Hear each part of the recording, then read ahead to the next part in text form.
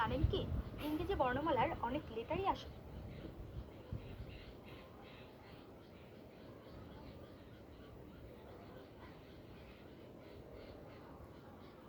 জানেন কি ইংরেজি বর্ণমালার অনেক লেটারই আসলে এক একটা পুরো শব্দ।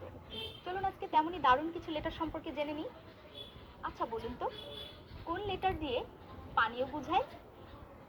হ্যাঁ, টি। এটা আমাদের সবার প্রিয়। এবার বলুন, ইংরেজি কোন লেটার দিয়ে একটা পতঙ্গ বোঝায়? ঠিক বলেছেন, বি। আচ্ছা বলুন তো, কোন লেটারটা শুনলে আপনার প্রাক্তনের কথা মনে পড়ে? একদম ঠিক ধরেছেন, এক্স। এবার বলুন, এমন কোন লেটার যার দ্বারা আমাদের শরীরের অঙ্গ বোঝায়? হ্যাঁ, এটা হচ্ছে আই।